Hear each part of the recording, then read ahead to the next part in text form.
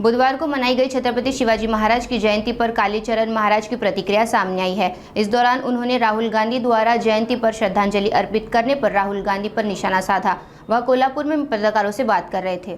छत्रपती शिवाजी महाराज आमचे आदर्श आहेत आणि त्यांचं जे स्वप्न आहे हिंदवी स्वराज्य स्थापनेचं, हिंदूंचं स्वराज्य असलं पाहिजे, संपूर्ण भारत अखंड हिंदू राष्ट्र झाला पाहिजे, तितकंच नव्हे तर संपूर्ण जगावर हिंदू साम्राज्याची स्थापना झाली पाहिजे। या स्वप्नपूर्तीसाठी सगळ्या हिंदूंनी छत्रपती शिवाजी महाराजांची जयंती मनविली पाहिजे आणि त्यांचा आदर्श जीवनात उतरविण्याचा प्रयत्न केला पाहिजे। सगळ्या प्रकारचा सडलेला जातीयवाद, वर्णवाद, भाषावाद, प्रांतवाद, संप्रदायवाद, संघटनवाद तोडून सगळ्यांनी छत्रपती शिवाजी महाराजांच्या हिंदवी स्वराज्याच्या भगव्या ध्वजाखाली फक्त हिंदू म्हणून एकत्रित झालं पाहिजे, तरच हिंदू सुरक्षित राहू शकतात, भारत हिंदू राष्ट्र होऊ शकतो।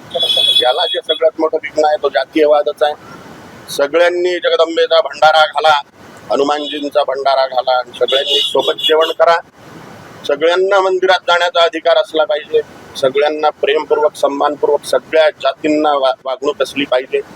हा सडका जातीयवाद आपण सगळ्यांनी हाणून पाडावा आणि छत्रपती शिवाजी महाराजांचं हिंदवी स्वराज्याचं स्वप्न पूर्ण करावं। याच्यासाठीच सगळ्यांनी छत्रपती शिवाजी महाराजांच्या जयंतीत सामील व्हा, बिना आमंत्रणात सामील व्हा। आम्हाला कोणी सांगितलं नाही आणि आम्हाला कोणी म्हटलं नाही, आम्ही तर उभेच होतो, आम्हाला कोणीतरी म्हणायची गरज होती, अशा फालतू गोष्टीत न अटकता छत्रपती शिवाजी महाराजांच्या जयंतीच्या मिरवणुकीत कार्यक्रमांमध्ये स्वतःहून सामील व्हा हिंदूंनो, तरच आपल्या आई बहिणी सुरक्षित राहतील, गोमाता सुरक्षित राहील, आपला राष्ट्र सुरक्षित राहील। महामूर्ख लोकांचे असे स्टेटमेंट येतात आणि अपमानजनक स्टेटमेंट आहेत छत्रपती शिवाजी महाराजांच्याबद्दल।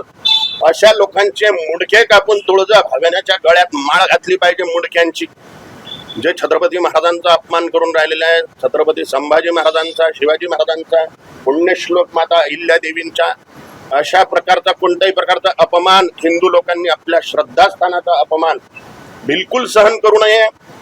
असहिष्णुता आपण आपल्यात जोपासली पाहिजे, आपण सहनशील होता कामा नये। आपली ही फालतूची सहनशीलताच हिंदूंना खड्ड्यात टाकण्यात कारणीभूत झालेली आहे। आपल्या श्रद्धास्थानांचा अपमान बिलकुल सहन करू नका, सहिष्णू होऊ नका, असहनशील व्हा। कोणाच्या सर्टिफिकेटची आम्हाला काही गरज नाही आहे की तुम्ही सहिष्णू आहात आणि सहनशील आहात, काही गरज नाही आम्हाला दुसऱ्या लोकांनी सर्टिफिकेट देण्याची। हिंदू धर्माच्या बाबतीत, आपल्या श्रद्धास्थानांच्या बाबतीत, आपल्या महापुरुषांच्या बाबतीत, महान स्त्रियांच्या बाबतीत नेहमी असहनशीलच राहिला पाहिजे। त्यांचे अपमान आपण बिलकुल सहन करून घेऊ नये।